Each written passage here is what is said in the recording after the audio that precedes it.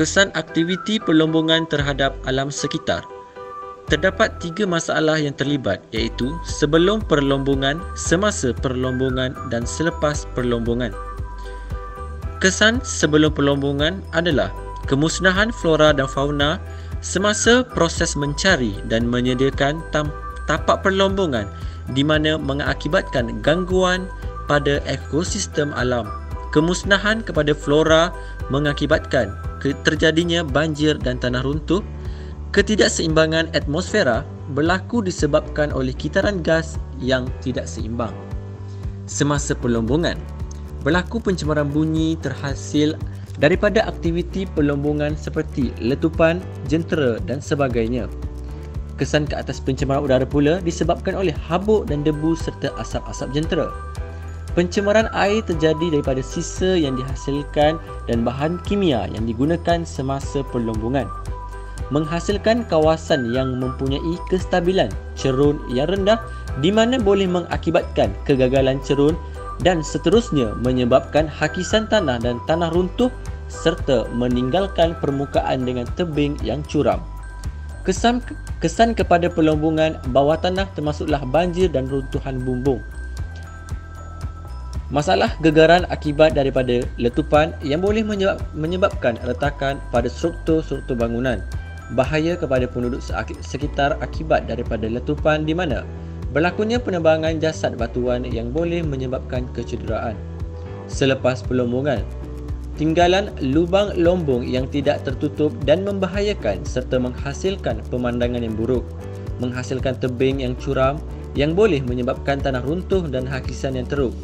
Sistem saliran tersumbat dan tercemar akibat daripada hakisan dan sisa yang ditinggalkan, dan berlakunya mampatan tanah yang disebabkan oleh tinggalan lombong bawah tanah. Isu perlombongan di Malaysia. Turun naik harga komoditi. Komoditi merupakan bahan mentah asas bagi sesuatu barangan sebaru siap dan barangan siap. Permintaan dunia terhadap komoditi yang tinggi menyebabkan berlakunya kenaikan yang mana mendorong syarikat perlombongan untuk meningkatkan pengeluarannya. Namun, apabila berlaku kurangan permintaan terhadap komoditi, akan membawa kepada harga yang merosot. Sebagai contohnya di Malaysia, berlaku harga komoditi yang tidak stabil adalah ketika minyak RON 95 berharga RM1.12 seliter pada tahun 1991 dan meningkat kepada RM2.70 pada tahun 2008. Seterusnya jatuh kembali pada tahun 2009 dengan harga RM1.80 seliter. Isu seterusnya ialah galian semakin berkurangan. Kerakusan manusia melombong galian-galian semula jadi yang tidak boleh diperbaharui ini lama kelamaan akan mengalami kekurangan dan akhirnya akan habis.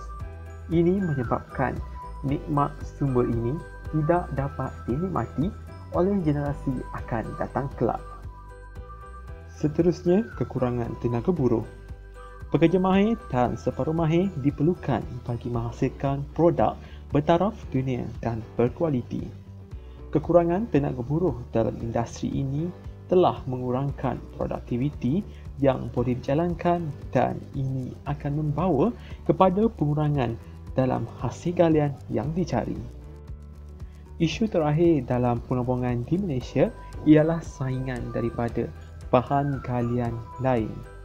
Industri perlombongan negara menghadapi persaingan dengan negara pengeluar dan bahan-bahan lain.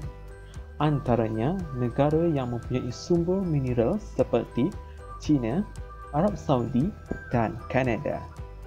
Ini akan memberikan kesan dari segi persaingan harga bagi galian di Malaysia. Antara undang-undang yang berkaitan dengan perlombongan di Malaysia, Akta Kemajuan Petroleum 1974, Akta Petroleum Langkah-Langkah Keselamatan 1984, Akta Pembangunan Mineral 1994, Akta Perlombongan Petroleum 1996 dan Act Mineral Negeri. Beberapa polisi dan plan pembangunan industri perlombongan yang dirangka oleh pihak kerajaan adalah bertanggungjawab melincingkan lagi pengurusan sektor ini bagi jangka masa panjang serta mengekalkan sumber ini daripada kerakusan manusia yang menceroboh dan melombong secara haram.